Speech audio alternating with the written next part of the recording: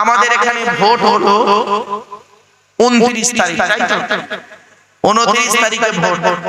বাবা আমি একজন ভোটের অফিসার, আবার জানি না যদি আবার কাউন্টার অফিসার, ভোট গণনার অফিসার যদি চিঠি আছে যেতে হবে সেটা। আপনাদেরকে আমি অনুরোধ করে বলে যাচ্ছি, বাবা ভোট যাকে খুশি তাকে দেবে, ফান্ডামেন্টাল রাইট হলো। আমি কাউকে জীবনে কোনোদিন বলিনি বাবা একে দাও ওকে দাও তাকে দাও। আমি জীবনে চারটে কথার উপরে কোনোদিন ওয়াজ করিনি। আপনারা কেউ যদি পান আমার বলবেন। আমি কোনোদিন দেশের বিরুদ্ধে, কোন দেশের বিরুদ্ধে ওয়াজ করিনি, আল্লাহ করাই নাই। কোন ধর্মের বিরুদ্ধে আমি ওয়াজ করিনি, আজ পর্যন্ত কেউ বলতে পারবে না কোন ধর্ম। 3 নাম্বার, কোন সিলসিলার বিরুদ্ধে আমি ওয়াজ করিনি। তবলিগ, ফুরফুরা, বেরেলি, ওয়াহাবি, জামাত ইসলামী, আহলে হাদিস এদের বিরুদ্ধে আমার বক্তব্য আপনারা পাবেন না, পেলে আমায় বলবেন, শুধরে নেবেন। 4 নাম্বার হলো কোন ব্যক্তির বিরুদ্ধে ওয়াজ করিনি। তা আমি 4-3 ঘন্টা ধরে কি করলাম? অনুরোধ করে বলে যাচ্ছি, ভোট যাকে খুশি তাকে দেবে। তবে আপনাদের আমি হাতে ধরে বলে যাচ্ছি, ওই ভোটকে কেন্দ্র করে বাচ্চাদেরকে এতিম করবেন না, বাপ হারা করবেন না। বুঝতে পারছেন ভাষা?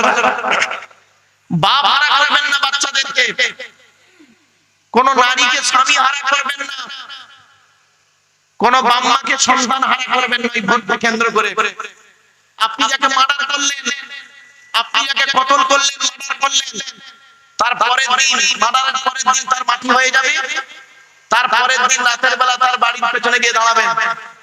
আপনি গিয়ে দাঁড়াবেন, তার স্ত্রীর স্বামী হারা কান্না, তার মাসুম মাসুম বাচ্চাদের বাম্মা হারা কান্না, তার পিতা মাতার সন্তান হারা কান্না আপনার বুক ফাটিয়ে দেবে যদি মানুষ হয়ে থাকে না। আপনি যার জন্য একজনকে মার্ডার করলেন, আপনি যার জন্য মার্ডার হয়ে মরে গেলেন, একটা চেয়ার তাকে বসানোর জন্য, ওই লোকটা এমএলএ এমপি হয়ে মন্ত্রী হয়ে কোনদিন আপনার স্ত্রীর কাছে এসে বলবে না, বোন কি দিদি আপনার স্বামী আমাকে মন্ত্রী বানাতে গিয়ে তার কল্লা দিয়ে চলে গেছে, জীবন দিয়ে চলে গেছে, আমি আপনার জন্য কিছুই করতে পারলাম না, তবে জনগণের সামনে আমার এই বুড়ো আঙুল থেকে কয়েক ফোঁটা রক্ত বের করে আপনার স্বামীর নামটা রক্ত দিয়ে লিখে যাচ্ছে কাগজে, এইটুকুও করবে না। যে আপনার জন্য এক ফোঁটা রক্ত দেবে না, আপনি তার জন্য গোটা দেহটাই দিয়ে দিলেন, বোকা। বাড়ি থেকে ভাব, চলো আমরা মোনাজাত করব, সাবধান। আল্লাহ আমাদের হিন্দু মুসলিম কাঁধে কাঁধ মিলিয়ে চলবে, হিন্দু মুসলিম একে অপরকে ভালোবাসবে, একে অপরের ভক্তি শ্রদ্ধা সম্মানে একে অপরের বিপদে ঝাঁপিয়ে পড়বে। খবরদার এটা করবেন না, ভালোবাসবেন একে অপরকে।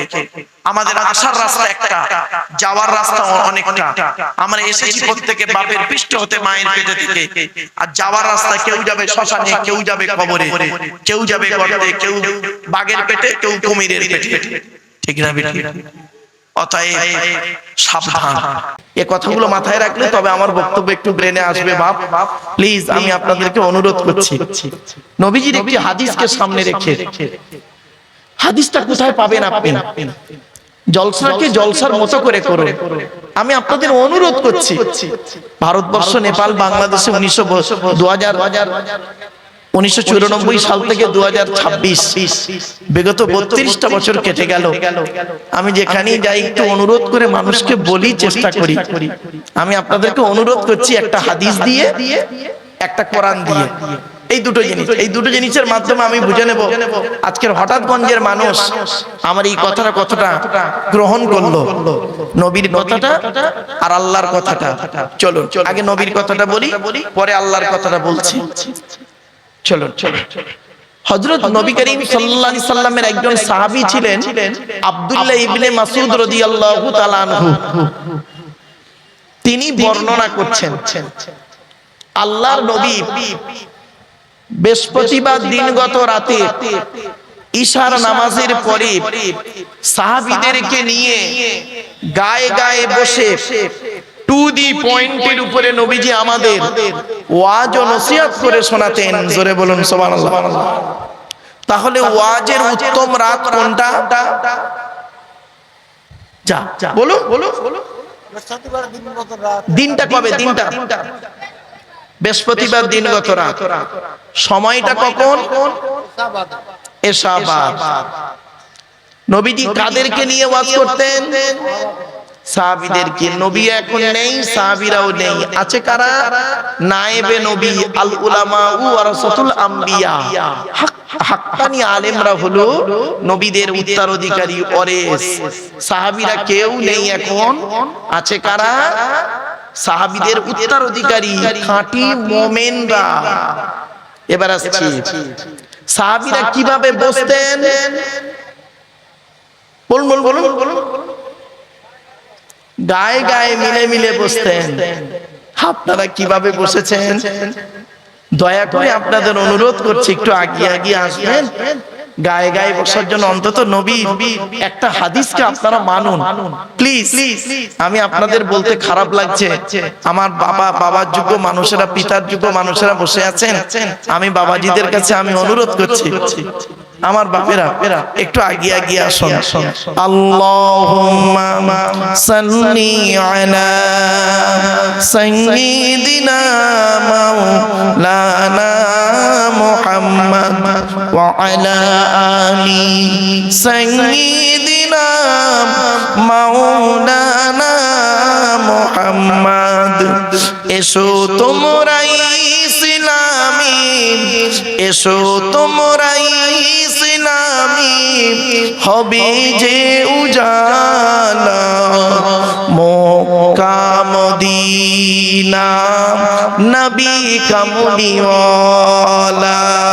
আল্লাহুম্মা পড়ুন পড়ুন বাপেরা, জোরে জোরে পড়ুন বাপ বাপ বাপ। وعلى آل سيدنا। আচ্ছা বাপেরা দরুদ পড়লেন কেন? চলুন একটা করে টপ টপ করে বলে দিই, হাতে টাইম বেশি নেই, কারণ নির্ধারিত একটা টাইম থাকে। এই উত্তর 24 পরগনাতে এলে মানে খুব অ্যাকুইটলি ভাবে কনসাস হতে হয় আমাকে। কেন জানেন? একদম টাইম তো কাটায় কাটায় থাকে, তো যার ফলে খুব মানে কোনটা বলি কোনটা ছাড়ি কোনটা নিয়ে বলি এইরকম একটা প্রবলেমে পড়তে হয়। হাতে টাইম বেশি নেই, একটা সেকেন্ড ওয়েস্ট করা যাবে না। চলুন চলুন। কেন দরুদটা বললেন? কোরআনের দলিল, হাদিসের দলিল। কোরআনের কোথায় লেখা আছে? 22 নম্বর পারা 5 নম্বর পৃষ্ঠা 6 নম্বর লাইন, সূরার নাম সূরা আহজাব আয়াত নম্বর 56। ইয়া আইয়ুহাল্লাযীনা আমানু, হে ঈমানদার বান্দাগণ, সাল্লু আলাইহি, তোমরা নবী মুহাম্মদের উপরে দরুদ পেশ করো, ওয়া সাল্লিমু তাসলিমা, এবং নবীর প্রতি আন্তরিকতার সঙ্গে সালাম প্রেরণ করো। জোরে বলুন সুবহানাল্লাহ। এবার হাদিস দিচ্ছি, আল্লাহ রাসূল বলেছেন, একদম মাতানটা বলছি। আল্লাহর নবী বলেন, মান সাল্লা আলাইয়া ওয়াহিদাতান সাল্লাল্লাহু আলাইহি আশরা, যে ব্যক্তি আমার উপরে একবার দরুদ শরীফ পড়বে, নামায়ে আমলনামায়ে আল্লাহ 10টা নেকি লিখে দেবে।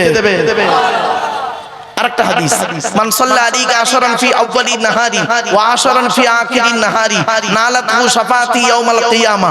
আল্লাহর নবী বলেন, যে ব্যক্তি দিনের শুরুতে আমার উপরে 10 বার দরুদ শরীফ পড়বে, দিনের শেষে আমার উপরে 10 বার দরুদ শরীফ পড়বে, ওই ব্যক্তির শাফাত সুপারিশ কিয়ামতের মাঠে আল্লাহ আমার সঙ্গে তার খুবই নিকটবর্তী করে দেবে। আপনি এমনি এমনি পড়লেন না দরুদটা।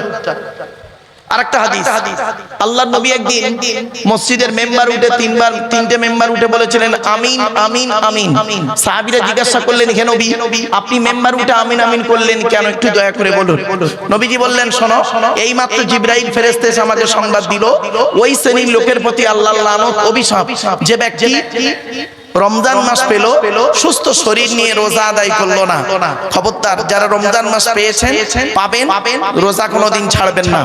চলো চলো। দ্বিতীয় নাম্বার লোকটার প্রতি আল্লাহর লানত, ওই ব্যক্তির প্রতি যে ব্যক্তি পৃথিবীতে বৃদ্ধ পিতামাতা পেল, বৃদ্ধ পিতামাতা পেল আর পিতামাতার সেবা না করে কবরে গেল। আমাদের মধ্যে অনেকেই এখানে আছি, হিন্দু মুসলিম অনেকেই আছি আমার ভাইরা, বৃদ্ধ পিতামাতার কোনোদিন আমরা দেখি না। বাপে রেখে যাওয়া সম্পত্তি ভোগ করি, কিন্তু বাপের গুরুত্ব দিই না। মায়ের রেখে যাওয়া গহনাগুলো ব্যবহার করি, কিন্তু মায়ের গুরুত্ব দিই না। আজ আমি আপনাদের কাছে টু দি পয়েন্টের উপর একটা একটা করে বলবো, একটু ধৈর্যের পরিচয় দিন। তিন নাম্বার, ওই লোকটার প্রতি আল্লাহর অভিশাপ, যে ব্যক্তি আমার নাম উচ্চারণ হলো তার সামনে আর আমার উপরে দরুদ পড়লো না। এজন্য দরুদ যখন পড়বেন মুসলিম বাবাজিদেরকে অনুরোধ করছি, আপনারা আন্তরিকতার সঙ্গে জোরে জোরে একটু দরুদটা পড়বেন। আসুন, আজকের দিনে 2 দিনের জলসা, আজকের দ্বিতীয় দিন। আর আমার পরই একজন, আমার আগেই যিনি আলোচনা করছিলেন, বাংলার খ্যাতনামা আলেমে দ্বীন, বক্তা জগতের নাম করা নামি দামি বক্তা, ছোট থেকেই মানুষটাকে আমি ওয়াজ শুনে এসেছি এবং সেই সময় ওনার ওয়াজের শুরুর জীবনে খুব কম বক্তাই ছিলেন। আল্লাহ রাব্বুল আলামিন সেই মানুষটাকে আমার আগেই সুন্দর করে আলোচনা করে আপনাদের বুঝিয়েছেন। আমার পরেও একজন জ্ঞানবান বক্তা, দূরের বক্তা এবং সুন্দর আলোচনাও রাখেন, ভাই বললেন তিনিও আলোচনা রাখবেন। আর এই জলসার যিনি দেখাশোনাই করেন আমার বন্ধুবর্গ হাফেজ মাওলানা আলহাজ তরিকুল ইসলাম সাহেব, তিনিও স্বনামধন্য আলেমে দ্বীন, একজন নামকরা বক্তা। মঞ্চে উপবিষ্ট যিনি আছেন আমার ডান দিকেই বসে আছেন, যোগ্য আলেম, যোগ্য মানুষ, সৎ মানুষ, আল্লাহওয়ালা মানুষ, একজন শিক্ষক মানুষ, রিটায়ার্ড পারসন। তো এই জন্য আরো অনেক উলামা হযরতরা আছেন, সামনে উপবিষ্ট বসে আছেন। সকলকে আমি মোবারকবাদ জানিয়ে একটি কথা আপনাদেরকে বলছি, আজকের জলসা শেষ হবে তো নাকি? বলুন না। আমার পরবর্তী বক্তা তিনি শেষ দোয়া করবেন, তাই তো নাকি? আচ্ছা বলুন তো দেখি, এই দোয়াটা আল্লাহর দরবারে কবুল হবে কি হবে না বুঝবেন কিভাবে? বলো বলো, মারাত্মক প্রশ্ন করলাম। আজকের এই জলসাটা আল্লাহর দরবারে কবুল হবে কি করে বুঝবেন? একটা হাদিস আপনাদেরকে বলি, শুনলে চমকে যাবেন। আল্লাহর নবী বলেন, ইন্নাদ দুআ মাওকুফুম বাইনাস সামাই ওয়াল আরদি লা ইয়াসআদু মিনহু শাইউন হাত্তা তুসাল্লি আলা নবিকা। আল্লাহর নবী বলেন, নিশ্চয়ই দোয়া অবস্থান করে আসমান আর জমিনের মাঝখানে কোন জিনিস ওই দোয়াকে উপরেও নিয়ে যেতে পারে না, নিচেও নামাতেও পারে না, হাত্তা তুসাল্লি আলা নবিকা, যতক্ষণ পর্যন্ত তোমরা নবীর উপরে দরুদ পাঠ না করে দোয়া চাও। এই জন্য নবীর উপরে দরুদ পড়ে দোয়া চাইলে ওই দোয়া আল্লাহর দরবারে কবুল হয়ে যায়। এমনি এমনি দরুদ শরীফ পড়তে বলিনি আপনাদের, হয়তো আপনি বুঝতে পারেননি। চলুন এবার আসছি কোরআনের দলিলটা দিই। কোরআনের কোথায় লেখা আছে? 28 নম্বর পারা বা খণ্ডে। আমার অমুসলমান ভাইরা পারা শব্দটা বুঝবে না, পারা শব্দটা আমার সনাতন ধর্মের ভাইরা বুঝবে না, তাই আমি খণ্ড শব্দটা ব্যবহার করলাম। আজকে আমি বেশ কিছু শব্দ ব্যবহার করব, কখনো চাচা, কখনো কাকা, কখনো মাংস, কখনো গোস্ত, কখনো জল, কখনো পানি বলবো। খারাপ সেন্স নেবেন না, ভাষার পরিবর্তন হয়, বস্তুটা কিন্তু এক থাকে। বিভিন্ন ভাষায় তার বিভিন্ন নাম হয়, এটা মাথায় রাখুন, ভুল বুঝবেন না। তো 28 নম্বর পারা বা খণ্ডের 2 নম্বর পৃষ্ঠাতে 13 নম্বর লাইনে সূরার নাম সূরা মুজাদালার 11 নম্বর বাক্য বা আয়াতে বলা হয়েছে, ইয়া আইয়ুহাল্লাযীনা আমানু, হে বিশ্বাসীগণ, ইযা কিলা লাকুম তাফাসসাহু ফিল মাজালিসি ফাফসাহু ইয়াফসাহিল্লাহু লাকুম ওয়া ইযা কিলা আনশুযু ফানশুযু ইয়ারফাইল্লাহু লাকুম। সহজ সরল বাংলা অর্থটা কি? হে বিশ্বাসীগণ, মজলিসের ভিতরে যখন ফাঁকা জায়গায় তোমাকে পূরণ করতে বলা হবে, তখন তোমার সামনের ফাঁকা জায়গাটা পূরণ করে দেবে, আর তুমিও বসবে, অন্যকে বসার সুযোগ করে দেবে। আর তুমি যদি অন্যকে বসার সুযোগ করে দাও, আল্লাহ তোমার জন্য জান্নাতে একটা সুন্দর ব্যবস্থা করে দেবে। ফাঁকা জায়গায় ফাঁকা রাখলে প্রবলেমটা কি? শয়তান ওখানে বসবে, কানে কানে কুমন্ত্রণা দেবে। শয়তান কি চায় ওটা কোরআন জানিয়ে দিচ্ছে। 7 নম্বর পারা 2 নম্বর পৃষ্ঠা 3 নম্বর লাইন, সূরার নাম সূরা মাইদার 91 নম্বর আয়াত, ইন্নামা ইউরিদুশ শাইতানু আন ইউকিয়া বাইনাকুমুল আদাওয়াতা ওয়াল বাগদাআ ফিল খামরি ওয়াল মাইসিরি ওয়া ইয়াসুদ্দাকুম আন যিকরিল্লাহ ওয়া আনিস সালাত। আল্লাহ বলেন, শয়তান কি চায় জানো? মদ আর জুয়ার মাধ্যমে শয়তান তোমাদের মাঝে মারামারি লাগিয়ে দিতে চায়। আর কি চায়? ওয়া ইয়াসুদ্দাকুম আন যিকরিল্লাহ, আল্লাহর ইবাদত থেকে শয়তান তোমাকে বাধা সৃষ্টি করতে চায়। আর কি চায়? ওয়া আনিস সালাত, নামাজ থেকে শয়তান তোমাকে বাধা সৃষ্টি করতে চায়। তাই কোরআনের উদ্ধৃতি দিয়ে আলোচনার প্রারম্ভে আপনাদেরকে আমি আহ্বান করলাম, পবিত্র কোরআন 2 নম্বর পারা 11 নম্বর পৃষ্ঠা 9 নম্বর লাইন, সূরার নাম সূরা বাকারা, আয়াত নম্বর 208 আল কোরআন। ইয়া আইয়ুহাল্লাযীনা আমানু উদখুলু ফিস সিলমি কাফা, হে ঈমানদার বান্দাগণ পরিপূর্ণভাবে ইসলামের মধ্যে প্রবেশ করো। ওয়ালা তাত্তাবিউ খুতুওয়াতিশ শয়তান, শয়তানের পথকে অনুসরণ করিও না। ইন্নাহু লাকুম আদুউম মুবিন, শয়তান হলো তোমাদের প্রকাশ্য দুশমন। So I request for you, সোনো মাইন্ড এক্সকিউজ মি, আলোচনার প্রারম্ভে আপনাদেরকে আমি একটু আহ্বান করলাম, এজন্যই আপনাদেরকে একটু গায়ে গায়ে বসতে বলেছিলাম। কোরআনের আয়াত আর রাসূলের হাদিস মানা না মানা আপনার ব্যাপার, কারণ আল্লাহ রাব্বুল আলামিন বলেছেন ফাযাক্কির, নবী তুমি মানুষকে উপদেশ দান করো। কেন? ইন্নামা আনতা মুযাক্কির, তোমাকে উপদেশ দান করার জন্য পাঠিয়েছি। তবে হ্যাঁ, লাস্তা আলাইহিম বিমুসাইতির, তুমি মানুষের কাছে দারোগার মতো ব্যবহার করিও না। আর কেন উপদেশ দেবে? ফাযাক্কির, নবী মানুষকে উপদেশ দান করো। কেন? ফাইন্না যিকরা তানফাউল মুমিনিন, যারা আল্লাহকে বিশ্বাস করে তাদের উপকার হবে। তাই এজন্য আপনাদেরকে কোরআনের উদ্ধৃতি দিয়ে অনুরোধটুকু করলাম। চলুন এগিয়ে যাচ্ছি। তো 1 নাম্বার হলো নবীজি কিভাবে ওয়াজ করতেন। সাহাবীরা গায়ে গায়ে বসতেন, নবীজি ওয়াজটা কিভাবে করতেন? টু দি পয়েন্টের উপরে নবীজি ওয়াজ করতেন। শুনে নিন বাপেরা, জলসাকে জলসার মতো করে করুন, দেখবেন খুব সুন্দর হবে। টু দি পয়েন্টের উপরে নবীজি ওয়াজ করতেন। এটা হালাল, এটাকে গ্রহণ করো। এটা হারাম, এটাকে বর্জন করো। এটাই হলো নবীজির ওয়াজ। এই কোরআনে আছে, একটা একটা করে পরিচয় দিচ্ছি। এই কোরআনে আছে 250 রকমের হারাম। কত কত কত 250 রকমের হারাম আয়াত আছে, 250 রকমের হালাল আয়াত আছে এই কোরআনে। আপনি কটা হারাম হালাল জানেন?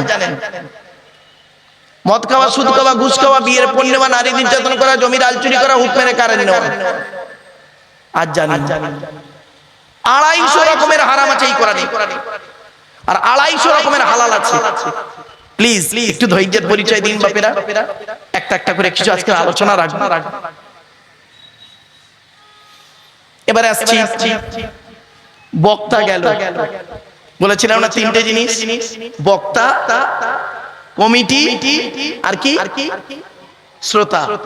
তো বক্তা গেল, মানসিক দিক, দৈহিক দিক, আর্থিক দিক, সামাজিক দিক, চারিত্রিক দিক, ধর্মীয় দিক, যে কোনো দিকে যদি আপনি জীবনে উন্নতি করতে পারেন, তাহলে আপনার গায়ের ছেঁড়া জামাটা হবে পৃথিবীর মানুষের কাছে একটা ইতিহাস।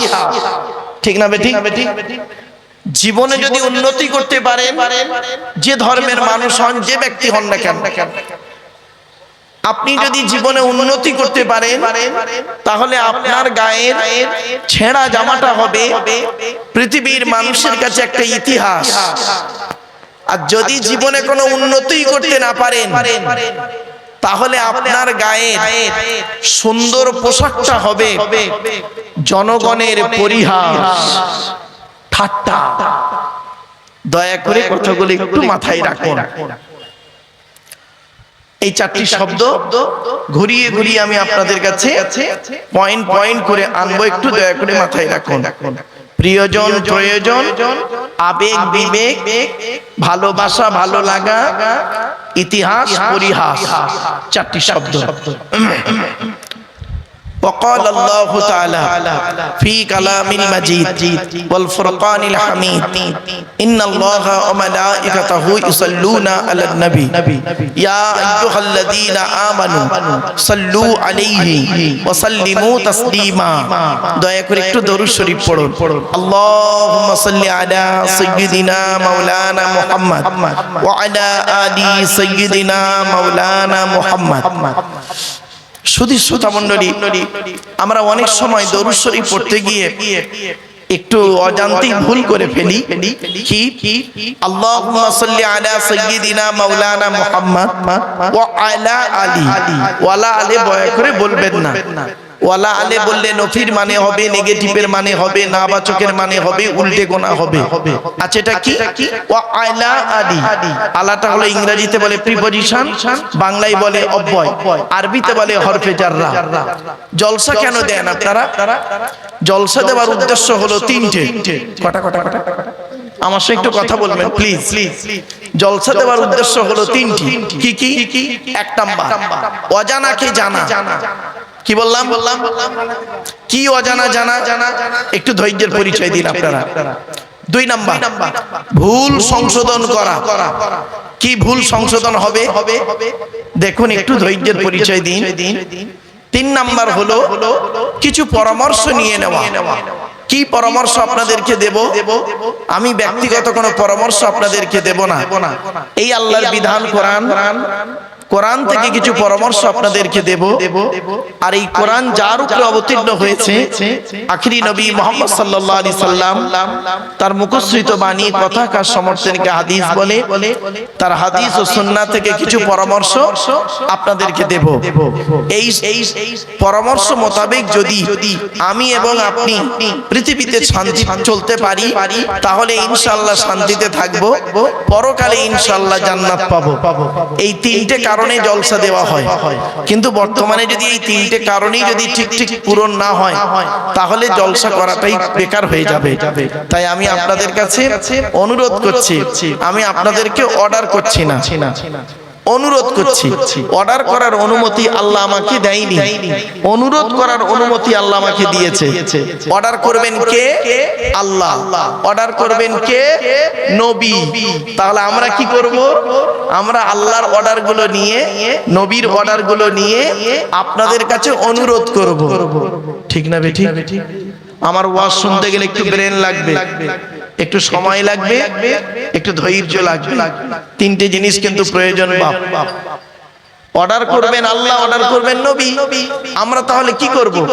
আল্লাহর অর্ডারগুলো নিয়ে এসে আপনাদের কাছে অনুরোধ করব, ভাই আল্লাহ এই বলেছেন, নবী এই বলেছেন, করেছেন, চলুন আমি আপনি মিলে করি, তাহলে শান্তিতে থাকতে পারবো, ইনশাআল্লাহ পরকালে নাজাত পাবো। আমি আপনাদের কাছে অনুরোধ করছি, আপনারা যখনই জলসা দেবেন, দয়া করে তিনটে জিনিসকে একটু ঠিক রাখবেন, একটু গুরুত্ব দেবেন প্লিজ। এটা আমি অনুরোধ করছি, অর্ডার করছি না। এক নাম্বার বক্তা, দু নাম্বার কমিটি, তিন নাম্বার শ্রোতা। এই তিনটে জিনিস একটু দয়া করে মাথায় রাখবেন। কেন বললাম? বাস্তব একটু অভিজ্ঞতা থেকে আপনাদেরকে তুলে ধরছি।